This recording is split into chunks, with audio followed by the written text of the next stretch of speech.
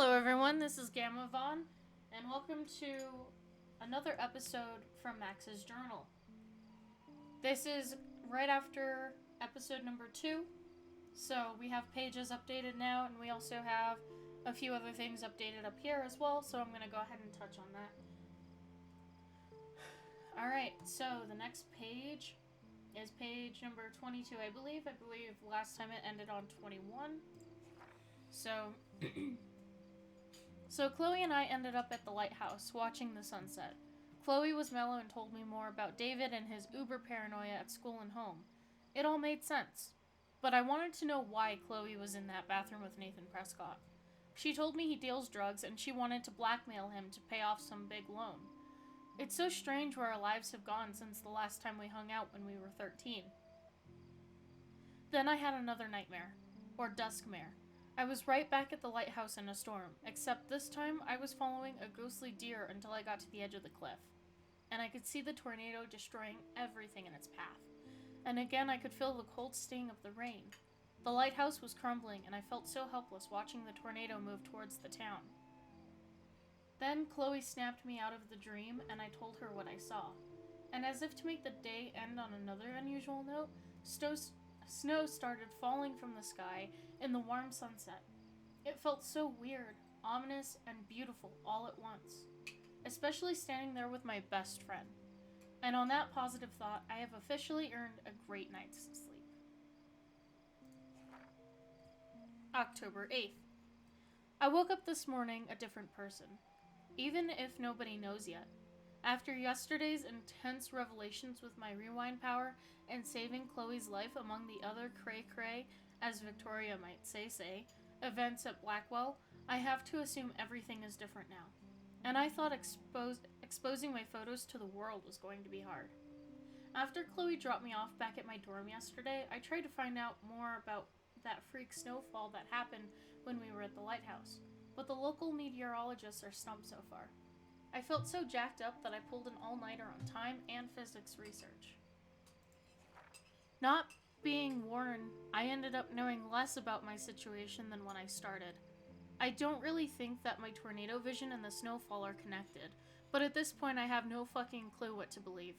I'm just so glad Chloe and I are a team again. That has to be destiny. Now I have to hit the showers and get ready to meet Chloe for breakfast. Lord knows I need it. I ran into the Kate in the showers, and she asked for the October Country back. I love that book and definitely need to get my own copy. Of course, when I was in the shower, Victoria and Taylor barged in and totally started raging on poor Kate about the video. Just to be complete assholes, they wrote the ink on the mirror. I truly don't understand how they get off on acting like that. Victoria has everything. What does she gain by being a bully to Kate Marsh? We're supposed to be adults here, but I swear it's like Battle Royale, just without the dystopia and exploding heads. Only Victoria could make me feel dirty in a shower. The plot thickens, and I can't get out. So after listening to Victoria and Taylor rag on Kate about the video, I came back to my room to find this creepy photo montage. Only Nathan would be this disturbed. The thought that Nathan was in here actually setting up this weird gallery in a way is way fucked up. I better start being more careful around here. I almost want a surveillance system now. As if things weren't dramatic enough, I got a creepy text from a private number. Nathan? Victoria? No clue. I really have to start watching my back. I still had to give Kate's book back, so I went to her room. I knew she wasn't doing good, but I didn't know how bad until I went in.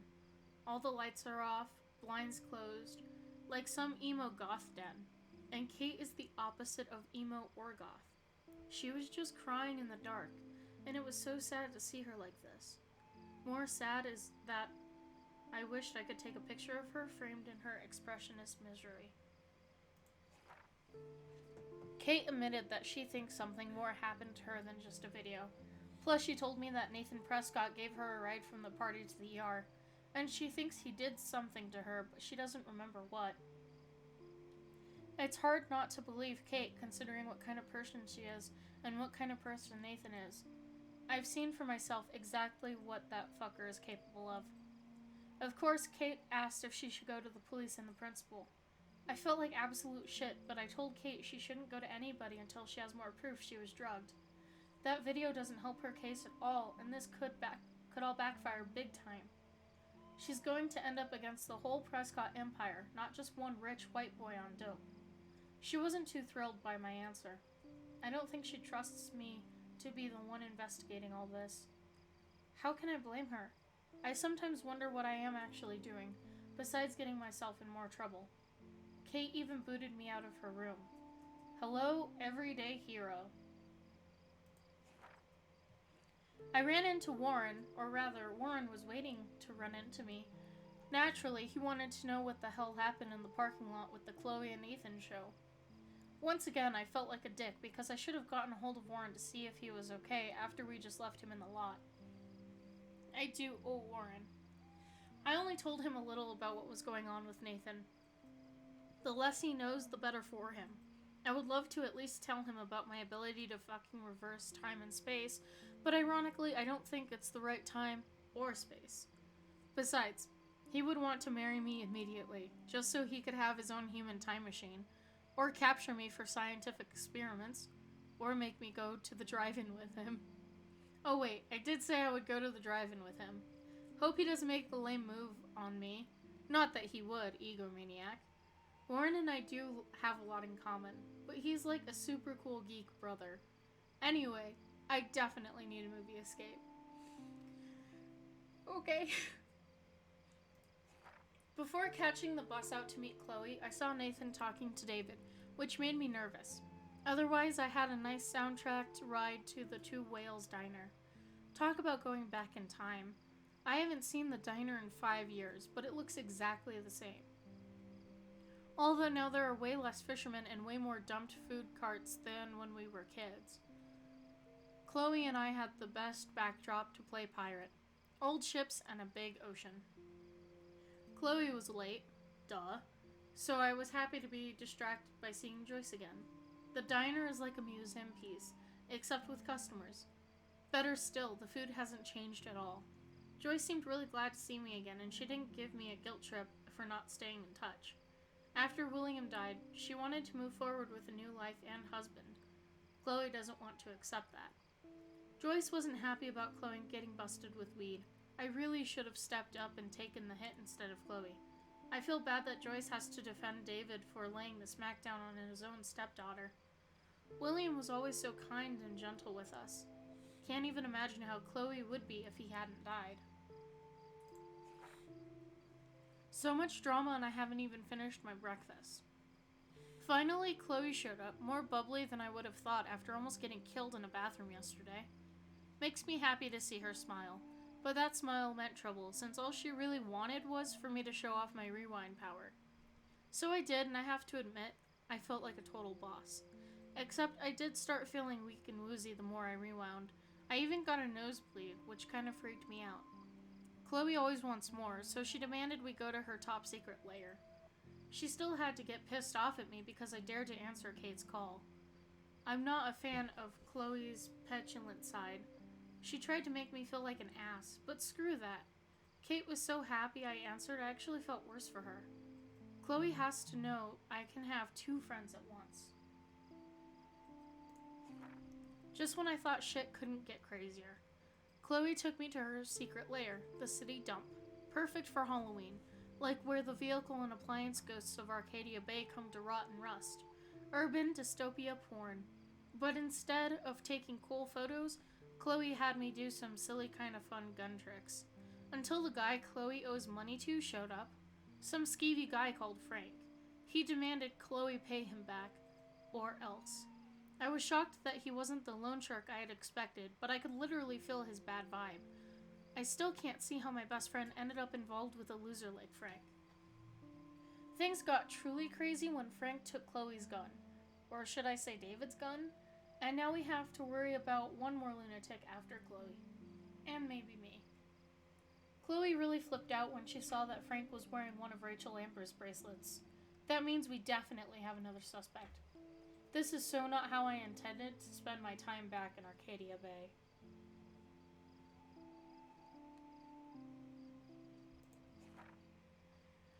After all that Drama Rama Volume XXXIII, I have no idea what number that is, I'm sorry. Chloe and I ended up taking a walk along the tracks deep in the woods. We both needed to hear nothing but the sounds of nature and wildlife. I was shaking inside from our earlier encounter with Frank, and though Chloe fronts tough, I could tell she was shaken too. She told me everything about Frank, which explains why she was trying to blackmail Nathan. It shocks me that the girl I grew up with watching SpongeBob ended up in such a scary orbit. Still, I felt safer with her at my side, and I was glad we had a moment of peace. So it probably wasn't the best idea to lay down on the tracks and wax about life, etc., as Chloe's leg got caught in the rail just as the goddamn train showed up. Of course, I was off trying to take a photo for my portfolio, and then I had another quick flash of my tornado vision. I could see it, almost feel it, tearing the sky apart.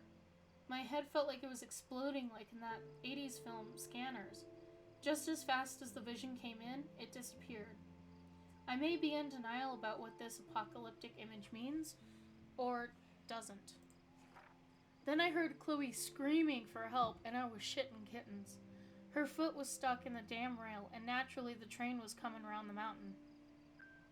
I was pretty proud of myself for coming up with a drastic, if not destructive, solution to saving Chloe once again, but just in case this journal ever falls into the wrong hands, it's going to remain our BFF secret. So there. Our morning adventure over, Chloe dropped me off back at my campus. She was so sweet and said that this had been the best week of her life, despite everything. That made me feel so awesome. Chloe really sees us like we're taking over the world. But what if I hadn't been able to use my rewind power to get her off the tracks? Chloe might have to lower her expectations. And so will I. Speaking of expectations, David Madsen talked to me without being a total prick. I wanted to tear him a new one for hitting Chloe, thinking I could rewind if things got out of control, and he didn't seem sufficiently sorry to me. I know Chloe provokes him, but that's no fucking excuse to hit someone, especially a family member. I see that David is sorry, and trying to reach out to me. I know he saw terrible things in combat. I just can't trust him and his paranoid surveillance fetish, especially with how weird he acts with a Kate like she's a criminal. I'll give David props for trying to smoke the peace pipe with me, but he acts like he's still at war. Something happened, as if everything happening isn't bizarro, but I saw Kate having an intense conversation with Mr. Jefferson, and she ended up practically running away from him in tears. I wish I could have casually asked, "Oh, by the way, what's up with Kate?" like he would tell me anyway. I know Kate treats Jefferson like he's an apostle or something, so what did he say to make her so upset? Just when I was feeling good about Chloe and me, I walked into Jefferson's class and see Nathan and Victoria actually sitting on my desk. Unreal. Asshole bookends.